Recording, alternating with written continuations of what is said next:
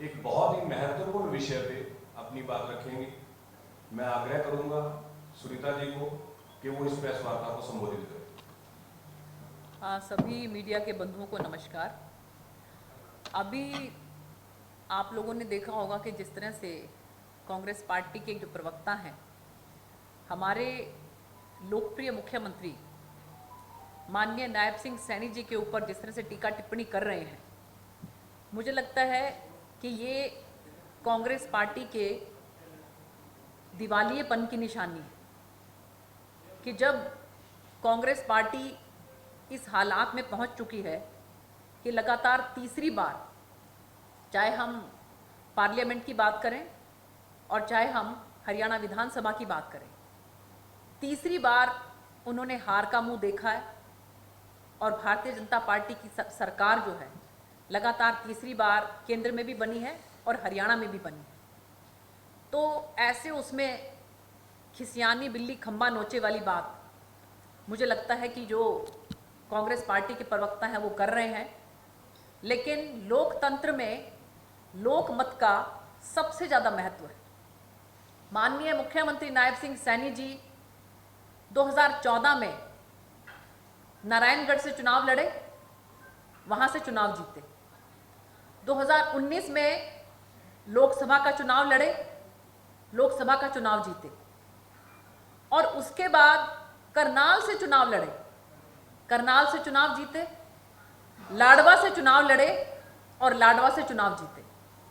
और जबकि हमारे कांग्रेस पार्टी के आदरणीय सुरजेवाला जी 2019 के अंदर चुनाव हारे और उपचुनाव जो है वो भी बुरी तरीके से हारे। जमानत जो है वो जब्त होते होते उनकी बची। हरियाणा में जब किसी तरह का कोई जनाधार नहीं रहा तो दूसरे प्रदेश में भाग गए, अपने बड़े नेताओं का आश्रय लेकर वहां से राज्यसभा के सांसद बने। क्या उनको इस तरह की टिप्पणी माननीय मुख्यमंत्री जी के ऊपर करना शोभा देता है?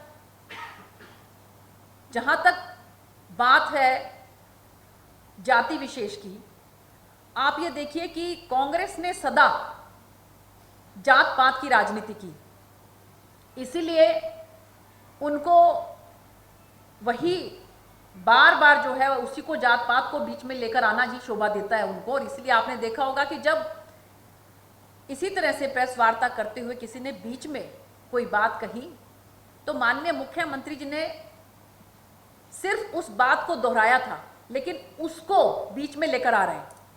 कांग्रेस पार्टी के समय में दलित समाज के साथ क्या हुआ क्या नहीं हुआ ये सबको मालूम है।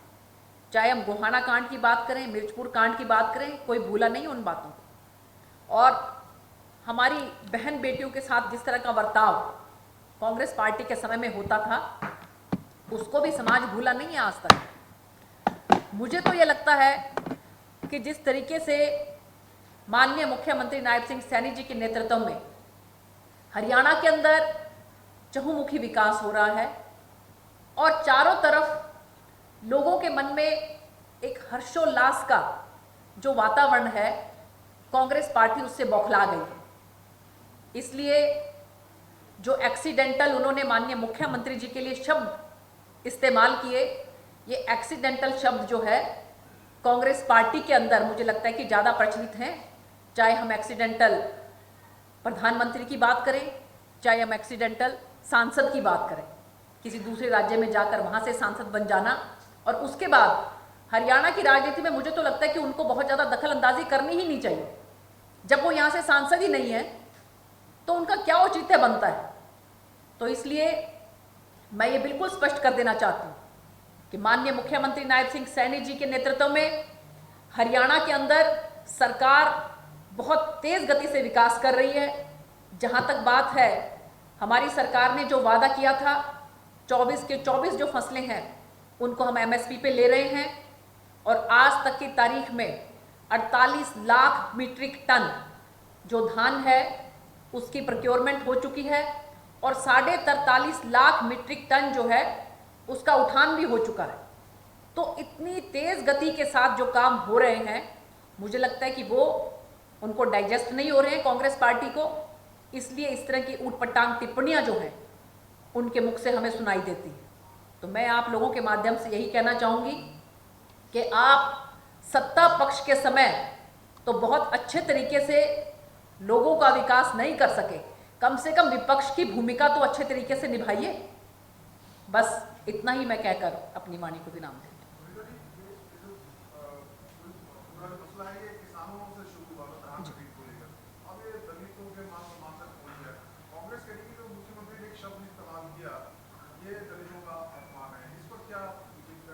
देखिए मैंने जी नहीं, देखिए एक समाज है, उस समाज को उस नाम से बोला जाता है, और उसमें अगर आप में से कोई ऐसी किसी ने कोई बात अगर कह दी कि जी वो तो सरकारी जो बताया उन्होंने शब्द इस्तेमाल किए भी सरकारी डूम की तरह काम कर रहे हैं, तो माननीय मुख्यमंत्री जी ने एक प्रश्नवाचक जो है क्वेश्चन के रूप में उनसे पूछा कि क्या क्या कह रहे हैं आप कि सरकारी डूम के रूप में। उन्होंने सिर्फ रिपीट किया उस बात को, और उस बात को तोड़ मरोड़ करके मीडिया के सामने प्रस्तुत करना, मुझे लगता है कि इन सब बातों से एक ये जो टीआरपी लेने की कोशिश की जा रही है, जनता सब समझती है और लोकतंत्र है ये, जिस तरह से लोगों ने एक जबरदस्त तरीके के साथ जो मैंडेट दिया है, एक बहुमत के साथ जो हमारी सरकार आई है, उससे मुझे लगता है कि बहुत ज्यादा तकलीफ जो है वो कांग्रेस पार्टी को हो रही है। वो ये भी कह रहे हैं कि मुख्यमंत्री ने गाली दी, तो वो क्या डूम जब को गाली मानते हैं? ये भी बहुत ही जो है सोचने समझने वाली बात है कि अगर किसी जाति को वो गाली शब्द का इस्तेमाल कर रहे हैं तो इसका मतलब ये है कि उनकी भावनाएं कैसी हैं, उनका मानस कैसा है। ये डोम जो है ये एक हमारी जाति है, ये डीएससी समाज के अंदर आती है। और आप ये देखिए कि हमारे माननीय मुख्यमंत्री जी ने पहली कलम से कैबिनेट के अंदर जो डीएससी समाज के लिए काम किया है, उसी के अंदर ही एक समाज है ये। क्या उस शब्द को बोलना गाली है?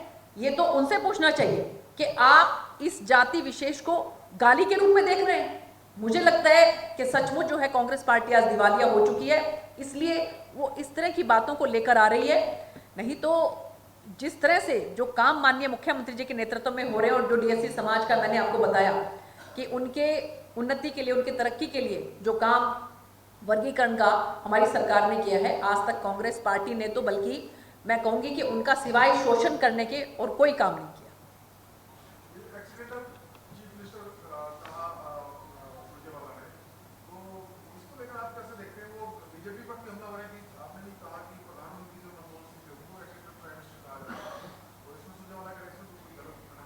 नहीं देखिए, मुझे लगता है कि एक्सीडेंटल जो शब्द जो है वो कांग्रेस पार्टी को ज़्यादा सूट करता है, क्योंकि उनके प्रधानमंत्री एक्सीडेंटल थे। प्रधानमंत्री कौन बनने जा रहा था और बन कौन गया, और उसी तरीके से ये खुद एक्सीडेंटल सांसद हैं कि यहाँ से बनना चाह रहे थे लेकिन यहाँ से नहीं बन पाए और उसके बाद किसी दूसरे राज्य से जाकर सांसद बने। तो मुझे लगता है कि ये शब्द जो है वो कांग्रेस पार्टी को ज़्यादा सूट करता है और उनको अपने लिए इस्तेमाल करना चाहिए। हमारे माननीय मुख्यमंत्री जी जो है वो, मैंने जैसे आपको बताया कि 3-3 जगह से विधायक, हर जगह से विधायक चुनकर उसके बाद विधायक दल ने उनको अपना नेता माना और उसके बाद फिर वो मुख्यमंत्री बने। देखिए ऐसा है कि सुरजेवाला को आप साथियों के मार्फत एक सलाह दूंगा कि आसमान की तरफ देख के थूकना छोड़ो। वो हर बार प्रयास करते हैं, नतीजा वो होता है कि थूक उनके मुंह पे आता। जो एक्सीडेंटल प्राइम मिनिस्टर जिसका आपने जिक्र किया, डॉक्टर मनमोहन सिंह के बारे में तो किताब लिखी गई और उसमें शब्द का प्रयोग करने वाला उनका साथ काम कर चुका था, क्योंकि उसको वास्तुस्थिति पता था। जहां तक माननीय मुख्यमंत्री जी की बात है, आप सबने देखा जनता के द्वारा चुना हुआ व्यक्ति, जनता ने भारतीय जनता पार्टी को मैंडेट दिया, पूरा बहुमत दिया, विधायकों ने उनको अपने विधायक दल का नेता चुना। अगर रणदीप सुरजेवाला को जनता के द्वारा चुना गया व्यक्ति एक्सीडेंटल सीएम लगता है तो इससे आप समझ सकते हैं कि रणदीप सुरजेवाला का मानसिक दिवालियापन पराकाष्ठा में पहुंच गया। ठीक बात।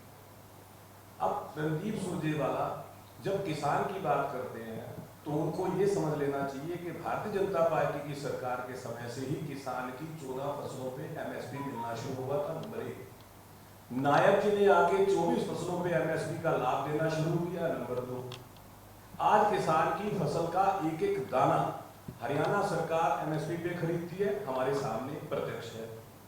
आज हरियाणा प्रदेश के किसान को सशक्त और मजबूत करने के लिए, उसकी खेती को जोखिम फ्री करने के लिए हरियाणा में लगभग 50 योजनाएं किसान हित में चल रही हैं, जिनका लाभ हमारे किसान भाइयों को प्राप्त हो रहा है। और किसान भाइयों ने विधानसभा चुनाव में भारतीय जनता पार्टी को बड़ा बहुमत देकर ये साबित किया है कि हरियाणा का किसान भारतीय जनता पार्टी के साथ खड़ा है।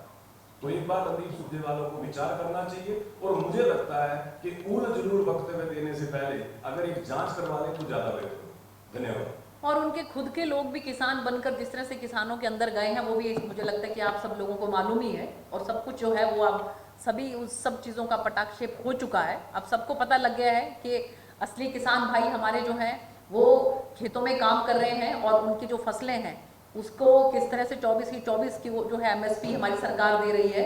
और जिस तरह से मैंने आपको पहले भी बताया कि अब तक 48 लाख मीट्रिक टन जो है वो धान अभी तक आ चुका है, और उसमें से भी 43.5 लाख मीट्रिक टन जो उसका उठान हो चुका है।